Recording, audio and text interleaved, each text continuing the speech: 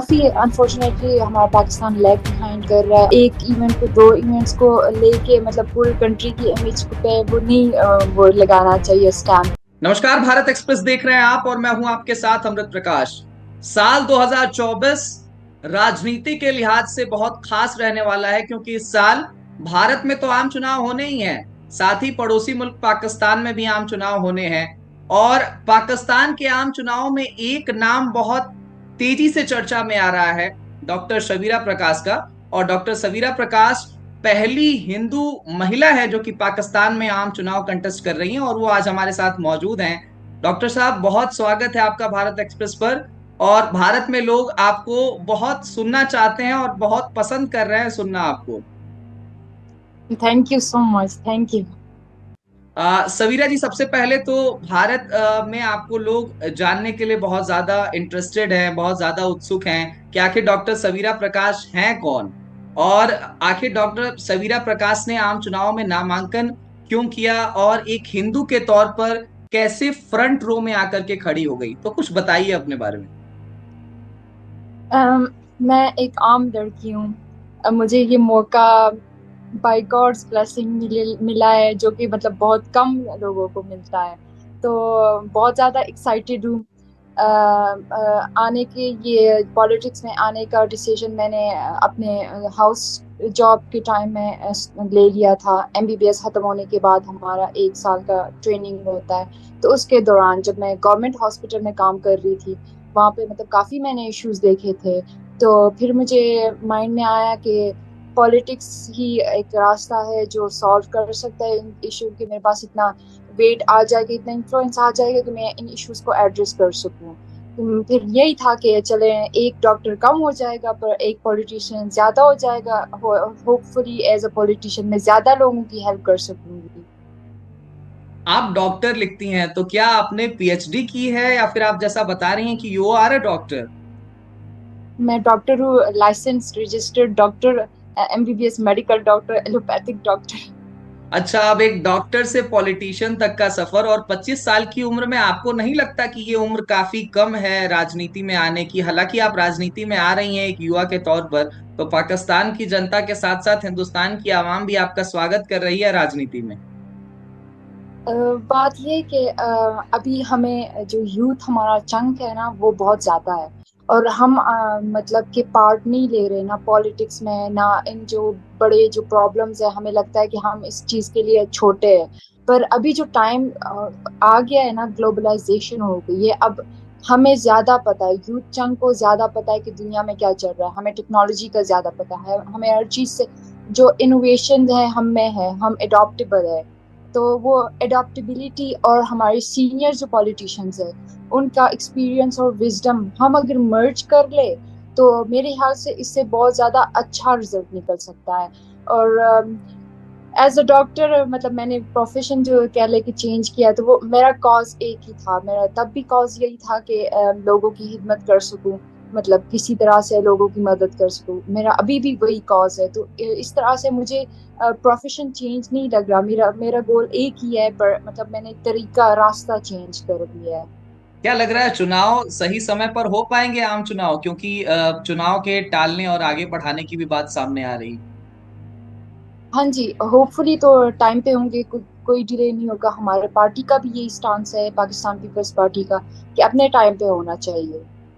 अच्छा, किन मुद्दों को लेकर के आप जनता के बीच में जा रही हैं, और हिंदू होने के तौर पर क्या कोई आपको डिस्क्रिमिनेशन फेस करना पड़ रहा है? क्योंकि हिंदू अल्पसंख्यक है और साफ तौर से तमाम तस्वीरें पाकिस्तान की निकल करके आती हैं जहां पर हिंदुओं के साथ कई तरह की ज्यादती होती है। तो इसको लेकर के कैसे देखते हैं?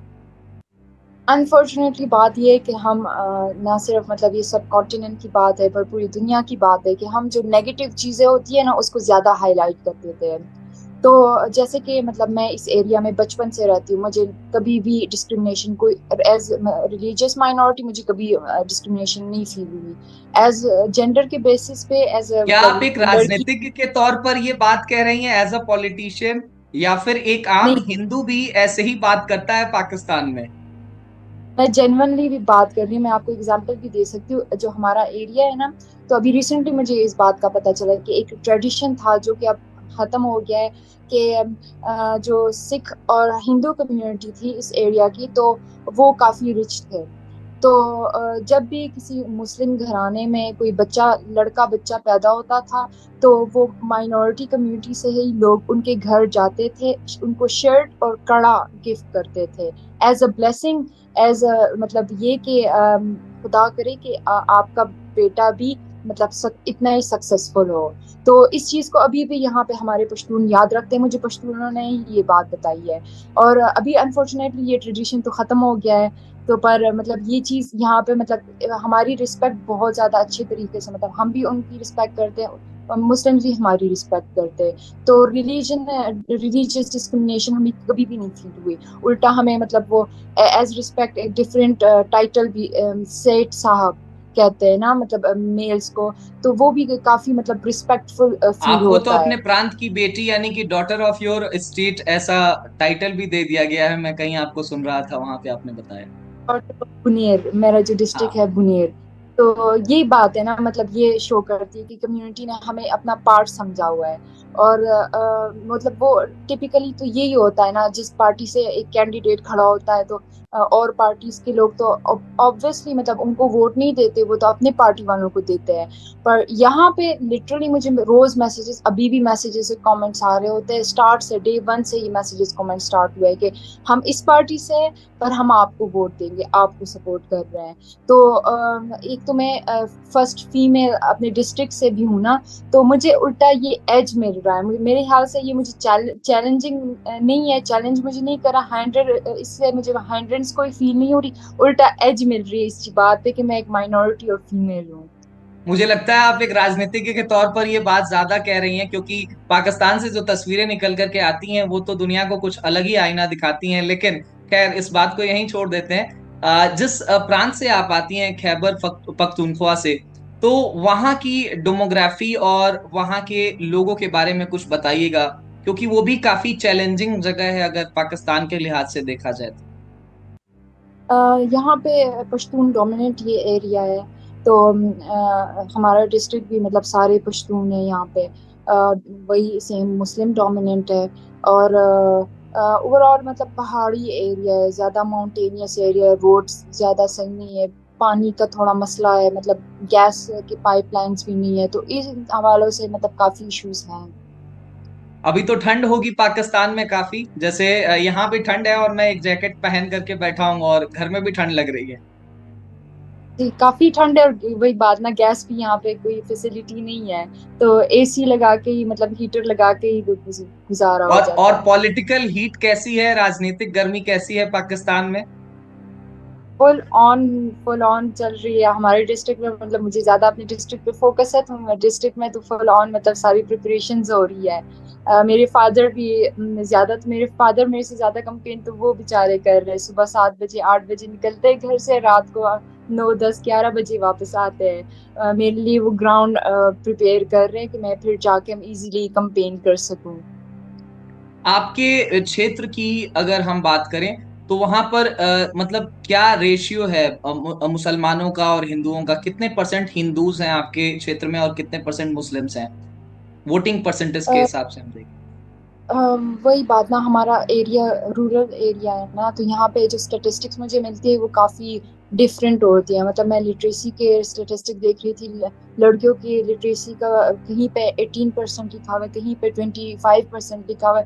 तो ये अप एंड डाउन यहाँ पे बहुत है, क्योंकि ये वही यहाँ पे थोड़ी ये मॉनिटरिंग और रजिस्ट्रेशन वगैरह कम है। तो इस तरह से कंफर्म मैं नहीं बता सकती, पर जो मेरा ख्याल है कि तकरीबन 1 to 2% शायद इस तरह से। ये जो हमारा डिस्ट्रिक्ट है ना, काफी पहले मैंने एक आर्टिकल भी देखा था कि काफी डिफरेंट सिटीज से स्पेशली यहाँ पे माइनॉरिटीज यहाँ शिफ्ट हुए थे, क्योंकि ये पीसफुल था।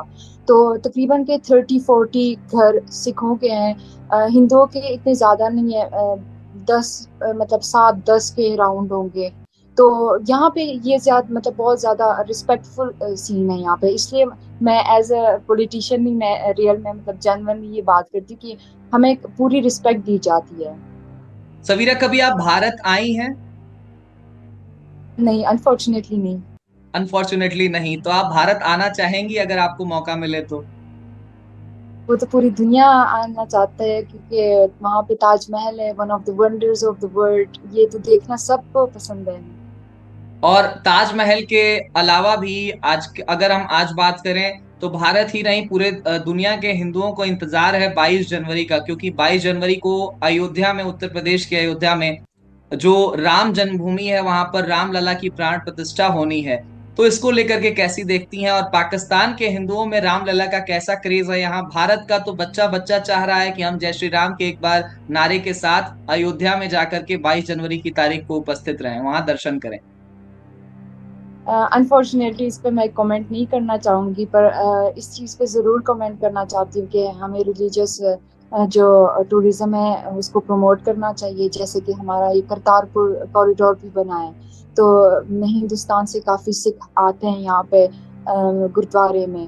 तो ये चीज़ जो है ना, हमारे रिलेशंस अनफॉर्चुनेटली बहुत बुरे रहे हैं, और हम नेबरिंग कंट्रीज हैं, हमें अपने रिलेशंस ठीक करने चाहिए किसी भी तरह। तो ये जो रिलीजियस टूरिज्म है, ये वन ऑफ द वे, ये इकोनॉमी के लिए भी बहुत अच्छा एक तरीका है और कंट्रीब्यूशन है, और साथ में कि हमारे रिलेशंस थोड़े स्टेबलाइज हो जाए, जो क्योंकि ये सब कॉन्टिनेंट जो है, हम सारे लोग हर दुनिया में पूरे किसी भी कोने में आप पूछ लें, इंडिया और पाकिस्तान को एक ही रेस समझा जाता है। हमारी शेयर्ड एक हिस्ट्री है, हमारा कल्चर्स भी काफी सिमिलर है, और हमारी एक ही मतलब एक ही लैंड है। तो हमें अपने रिलेशंस तो ठीक करने चाहिए, उसका एक तरीका ये भी है रिलीजियस टूरिज्म। अच्छा सवीरा, ये बताइए कि अगर हम पाकिस्तान और हिंदुस्तान के रिश्तों की बात करें, अगर इससे इतर हटते हैं, उसी से लिंक करते हैं, तो आप इन रिश्तों को कैसे देखती हैं? मतलब 15 अगस्त 47 के बाद से ही या फिर 14 अगस्त को जब पाकिस्तान का बंटवारा हो जाता है, तो दोनों देशों में तनाव है, जो दूरियां हैं, वो कभी कम नहीं हुई हैं। तो आपको अगर आगे जाके मौका मिलता है, और हम भगवान से यही दुआ करेंगे कि आपको मौका भी मिले कि आप पाकिस्तान की संसद में जाएं और एक मंत्री बने, और मैं तो आशा करूंगा कि आप प्रधानमंत्री भी बने पाकिस्तान की। तो अगर आप प्रधानमंत्री या फिर मंत्री बन जाती हैं, तो भारत और पाकिस्तान के संबंधों में सुधार के लिए किस तरीके से क्या काम करेंगे? बात ये है कि जब भी हम टेबल टॉक्स पे आए हैं ना, तो सोल्यूशन हमें मिला है। इससे पहले भी मुशर्रफ साहब के टाइम पे, मतलब जब टेबल टॉक्स हुई थी, तो हमें सोल्यूशन मिल गया था। पर अनफॉर्चुनेटली कुछ एक्सीडेंट्स इंसिडेंट्स की वजह से बस वो सारा कुछ फिर से जीरो पे चला गया था। तो इसी तरह से मतलब मेरे ख्याल से जो इम्पोर्टेंट चीज़ है हमारी दो कंट्रीज के लिए जो करना चाहिए, ये टेबल टॉक्स है। कन्वर्सेशन के थ्रू ही हमारे प्रॉब्लम सॉल्व होंगे, उसके थ्रू ही हम किसी एंड पे आएंगे, किसी कंप्रोमाइज पे आएंगे। उसी से ही हमारे ये जो दूरियां हैं ना, ये थोड़ी सी कम हो सकती है, और हमें करनी भी चाहिए। हमें सबको मतलब सिर्फ ये जिनके पास इन्फ्लुएंस है उनकी बात नहीं, ओवरऑल हमें इस जो हम कॉमन लोग हैं, हमें भी इसकी तरफ आना चाहिए, कोशिश करनी चाहिए कि हमारी कंट्रीज आपस में अच्छे रिलेशंस बना सके। क्योंकि अभी जो दुनिया में चल रहा है ना, तो इसके लिए हमें एक साथ खड़े होके अगर हम दुनिया को फेस करें, तो वो ज्यादा अच्छी चीज होगी। यूनिटी सवीरा, इज आप कह पावर। रही थी कि मैं इस मामले पर कमेंट नहीं करूंगी, लेकिन अभी थोड़ी देर पहले आपने कहा। लेकिन मैं फिर एक बार पूछता हूँ कि अगर आपको मौका मिले, तो क्या आप ताजमहल के साथ साथ अयोध्या में श्री राम के मंदिर का दर्शन करेंगी? Same comment, no comment. मतलब आप बचना चाह रही हैं, क्योंकि आपके ज्यादातर वोटर, मुझे लगता है, वो मुस्लिम जो समुदाय है उससे भी आते हैं। तो इसलिए भी आप बचती हैं एक राजनेता के तौर पर ऐसा बोलने से, और बचना भी चाहिए, क्योंकि राजनीति है, वोट बैंक आपको आपका। बातें उन पे मतलब वैसे भी ओवरऑल अवॉइड करना चाहिए। तो ओवरऑल अगर मैं पॉलिटिशियन ना भी होती, मतलब सिंपली अगर आप मेरे से पूछते, तो तब भी मेरा सेम ही कमेंट होगा। आपके क्षेत्र में मंदिर है खैबर पख्तूनख्वा में? डिस्ट्रिक्ट बुनियर में नहीं है, पर पिशावर वगैरह में मतलब जो सिटीज है उनमें है। यहाँ पे डिस्ट्रिक्ट बुनियर में हमारे गुरुद्वारे हैं काफी ज्यादा, और वहाँ भी मतलब सिख जाते, ओपनली प्रैक्टिस करते, बिल्कुल रोड्स पे बने हुए हैं, तो कभी कोई इशू नहीं हुआ। अच्छा, कई बार ऐसी तस्वीरें निकल करके आती हैं जहां पर मंदिर को तोड़ने की बात सामने आती है, गुरुद्वारों को तोड़ने की बात सामने आती है एक खास समुदाय के द्वारा। मैं जानता हूं आप इस पर टिप्पणी करने से बचेंगे, लेकिन सवाल पूछना मेरा धर्म है। तो अगर आप एक पाकिस्तान में महिला सांसद के तौर पर चुनी जाती हैं, और मतलब पहली दफा आप चुनी जाती हैं, तो कहीं ना कहीं आप इन सारे मुद्दों को एड्रेस करेंगी। तो कितनी बड़ी चुनौती आप मानती हैं अगर वो तमाम हिंदू और भारत जैसा देश आपके साथ और आपके तरफ आकांक्षा से देखता है कि इन सारे मुद्दों को आप पाकिस्तान की संसद में उठाएंगी और उन दबे कुचले हिंदुओं की आवाज बनेंगी, तो क्या आपको ये चुनौती लगती है? बात ये है ना कि ये सिर्फ हमारी कंट्री की बात नहीं है। माइनॉरिटी, हर कंट्री में माइनॉरिटी होती है। कुछ बीच में काफी ज्यादा एक्सेप्टिंग लोग होते हैं, पर बीच में वो शरारती लोग भी जरूर होते हैं। तो उसके लिए हमारी जो कॉन्स्टिट्यूशन है, हमारे उसमें पूरे राइट्स हमें दिए गए हैं, सेफ गार्डिंग और राइट्स, उसके लिए भी कॉन्स्टिट्यूशन में अलग लॉ है।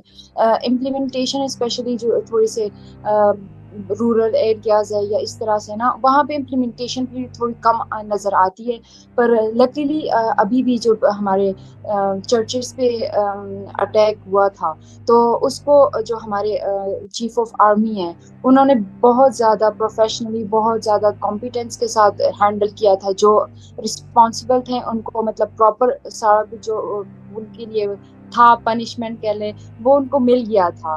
तो अभी ये इम्प्लीमेंटेशन भी ज्यादा मतलब हो रही है, अभी इस चीज पे भी काफी ज्यादा फोकस आ गया है। इसलिए आई थिंक कि मतलब अभी दुनिया जैसे मूव कर रही, पाकिस्तान भी इसी तरह प्रोग्रेस कर रहे हैं। उसी का एग्जांपल मैं भी हूँ कि मुझे इतने रूरल एरिया से, जिसका नाम पाकिस्तान में भी किसी ने नहीं सुना, वहां से मतलब मुझे लाइक टिकट मिल गया मेन स्ट्रीम पार्टी से। तो ये इसी चीज को इंडिकेट करती है ना कि अभी आ रहे, हम पूरे पाकिस्तान वाले आ रहे इस साइड पे भी, कि हम फोकस कर रहे हैं इन चीजों पे भी। सवीरा, आपको कभी लगता है कि पाकिस्तान से ज्यादा आज के डेट में आपको हिंदुस्तान में सर्च किया जा रहा है? सब हिंदुस्तान की मीडिया आपसे बातचीत करना चाहती है, हिंदुस्तान के लोग आपको सुनना चाहते हैं, तो कैसा लगता है आपको? नहीं, वो तो बहुत ज्यादा ऑब्वियसली बहुत ज्यादा खुशी होती है कि सिर्फ हिंदुस्तान में, नेपाल और बांग्लादेश से भी मुझे मैसेजेस आते हैं। तो मतलब बहुत ज्यादा खुशी की बात है, और इसमें मतलब मुझे यूनिटी नजर आती है। जो मेरे लोग जितना मुझे सपोर्ट कर रहे हैं डिस्ट्रिक्ट में, इस तरह से मतलब मुझे हिंदुस्तान से, नेपाल से, बांग्लादेश, मतलब ये यूनिटी टाइप कह ले, एक बंदे के लिए मतलब इतनी सपोर्ट और यूनिटी, मतलब वो मेरे लिए ज्यादा फखर और प्राइड की बात ये चीज है कि लाइक हमें ये वही बात ना जो दुनिया में चल रहा है, अनफॉर्चुनेटली इतने वॉर्स हो रहे हैं, पीस नहीं है। तो ये जो यूनिटी होती है ना, ये पीस का पार्ट होता है। तो मुझे इसमें यूनिटी और पीस नजर आती है। तो होपफुली मैं कुछ कंट्रीब्यूट कर सकूंगी हमारे रिलेशंस में।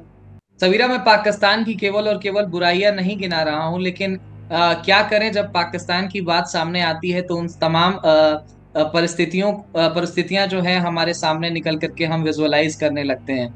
आप अगर भारत की बात करेंगी तो यहाँ पर इंडियन स्पेस रिसर्च ऑर्गेनाइजेशन, अभी भारत ने चंद्रयान 3 लॉन्च किया और वो चांद की साउथ पोल पर लैंड कर गया। भारत के पास ऐसे तमाम कीर्तिमान है। अभी हमने आदित्य L1 लॉन्च कर दिया, जो अब सूर्य की स्टडी करेगा। तो आपको लगता है कि मतलब जंग की होड़ में पाकिस्तान दिखावटी होड़ में कहीं ना कहीं बहुत पीछे छूट गया, डेवलपमेंट से, इंफ्रास्ट्रक्चरल डेवलपमेंट में, हेल्थ केयर फैसिलिटीज में, इकोनॉमी में? क्या आपको लगता है? हाँ जी, काफी अनफॉर्चुनेटली हमारा पाकिस्तान लैग बिहाइंड कर रहा है, और काफी इंस्टेबिलिटी, इकोनॉमिक्स इंस्टेबिलिटी और पॉलिटिकल इंस्टेबिलिटी भी हमें नजर आती है। पर वो मैं कह ले कि कंट्रीब्यूट करती हूँ, जो हमारा कॉन्स्टिट्यूशन जो बना था ना, 1973 में हमारा कॉन्स्टिट्यूशन बना है। तो और उसके बाद भी फिर ज्यादातर मतलब पार्लियामेंट के पास पावर नहीं थी। तो ये जो इंस्टेबिलिटी है ना, मतलब ये उसी कॉन्स्टिट्यूशन की वजह से, जो हमने बहुत ही लेट मतलब इस चीज पे फोकस किया और बनाई। तो इस पे हम मतलब इसको ब्लेम कह ले कर सकते हैं। क्या आपको लगता है कि पाकिस्तान एक डेमोक्रेटिक कंट्री है, लोकतांत्रिक देश है?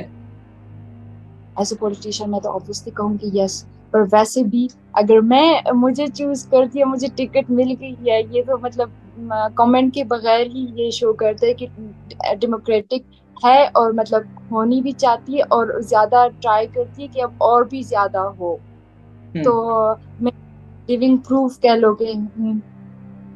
अच्छा, आप खुद को एक एविडेंस बता रही हैं। अगर आप जीत करके आती हैं तो ऐसे कौन से काम होंगे जिनको आप जनता के लिए करेंगे, ऐसे 5 काम क्या होंगे? और चूंकि आप एक युवा हैं, 25 वर्ष की हैं और हिंदू हैं, तो युवाओं के लिए क्या कुछ मूल काम आप करने वाली? सबसे मेरा मेन जो फोकस होगा ना, हमारे डिस्ट्रिक्ट में पॉवर्टी रेशियो भी ज़्यादा है। मतलब काफ़ी लोग, हमारी पार्टी का एक इनिशिएटिव था बेनज़ीर इनकम सपोर्ट प्रोग्राम। उधर विमेन को मंथली फंड्स मिलते हैं। तो वो चीज़ थोड़ी एनहांस करने का मेरा प्लान है, क्योंकि काफ़ी ज़्यादा फैमिलीज मैंने देखी हुई है जो टोटली डिपेंड करती हैं इस प्रोग्राम पे। सबसे पहले तो ये, फिर एजुकेशन एजुकेशन की लिटरेसी रेट बहुत लो है। ट्रेनिंग सिस्टम चल रहा है, ये तो फिर बड़े रिफॉर्म्स की बात आ जाती है। पर एजुकेशन सिस्टम में जितना भी मैं कर सकूं, एज अ डॉक्टर मुझे हॉस्पिटल के अंदर से पता है कि क्या हो रहा होता है, क्या कमी है, क्या मसले है, पेशेंट्स को भी डॉक्टर्स को भी।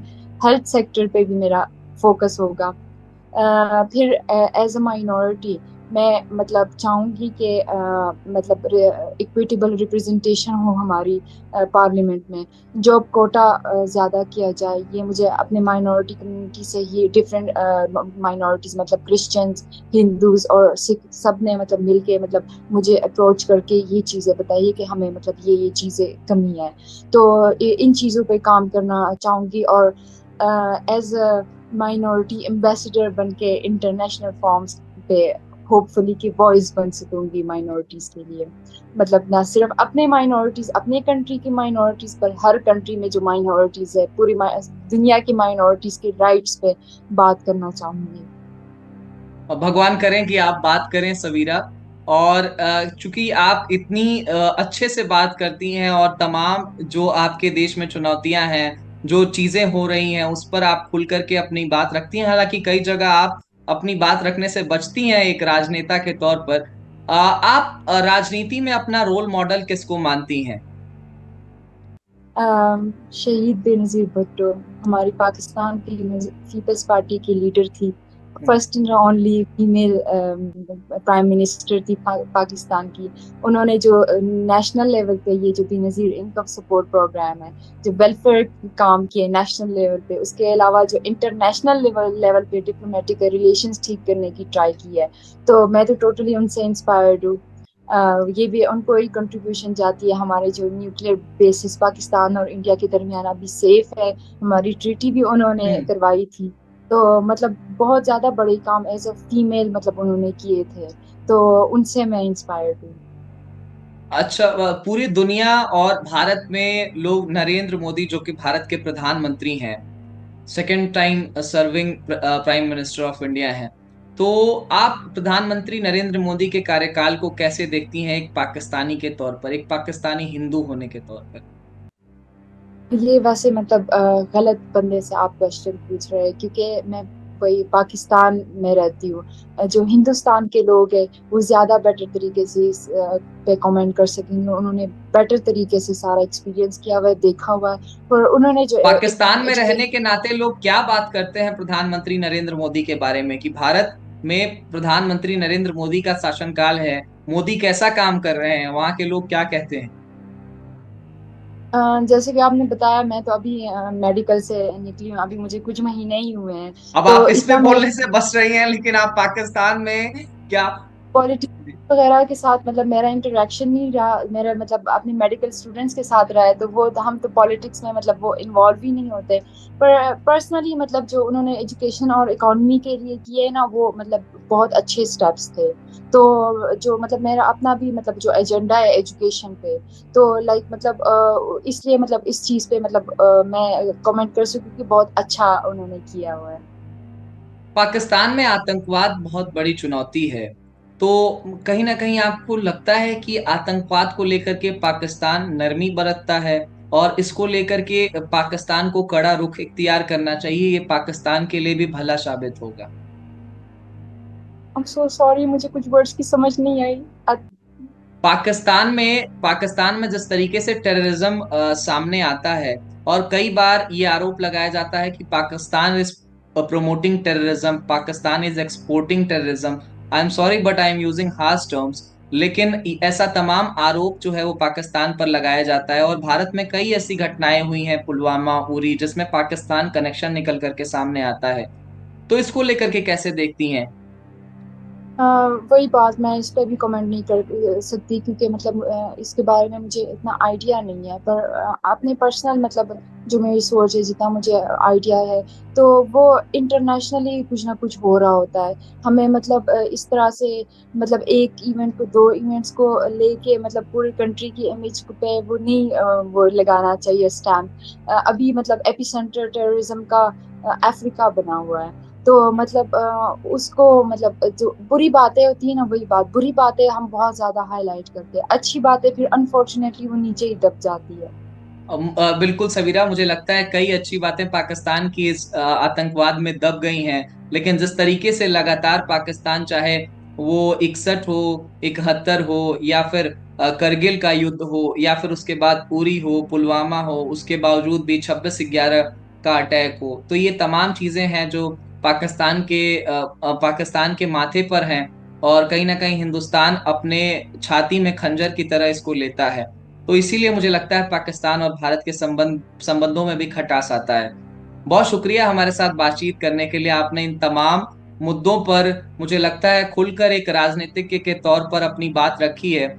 भारत की तमाम जनता की तरफ से आपको बहुत शुभकामनाएं हैं, और हम आपको एक सांसद के तौर पर, पाकिस्तान में हिंदुओं की आवाज के तौर पर आपको देखना चाहते हैं। और श्री राम से भी हम यही कामना करेंगे कि आप बेशक इस पद को सुशोभित करें। Saveera, thank you so much, thank you. बहुत शुक्रिया। Saveera, have a good night. Hafiz.